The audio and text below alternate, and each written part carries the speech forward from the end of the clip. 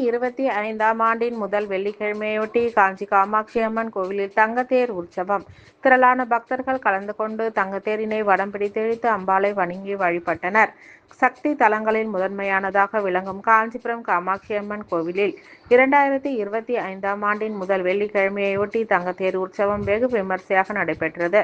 தங்கத்தேர் உற்சவத்தையொட்டி காஞ்சி காமாட்சி அம்மனுக்கு சிறப்பு அபிஷேக ஆராதனைகள் செய்து குங்கும நிற பட்டுடுத்தி சாமந்தி பூ பஞ்சவர்ண பூ மாலைகள் அணிந்து லட்சுமி சரஸ்வதி தேவிகளுடன் சிறப்பு அலங்காரத்தில் தங்கத்தேரில் எழுந்தருளினார்.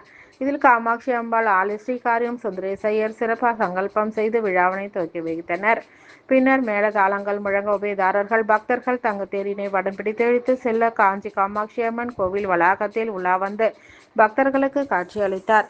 2025ஆம் ஆண்டு முதல் வெள்ளிக்கிழமையொட்டி நடைபெற்ற தங்கத்தேர் உற்சவத்தில் உள்ளூர், வெளியூர், வெளி மாவட்டம், வெளி மாநிலம் என பல்வேறு பகுதியில் இருந்து வந்த திரளான பக்தர்கள் கலந்து கொண்டு ஓம் சக்தி பராசக்தி கோஷமிட்டு காஞ்சி காமாட்சி அம்மனை தரிசனம் செய்து வணங்கி வழிபட்டு சென்றனர். இதில் ஆலய மணியக்காரர், சூரி ஸ்தானிகர்கள் உள்ளிட்ட பலர் கலந்து கொண்டனர்.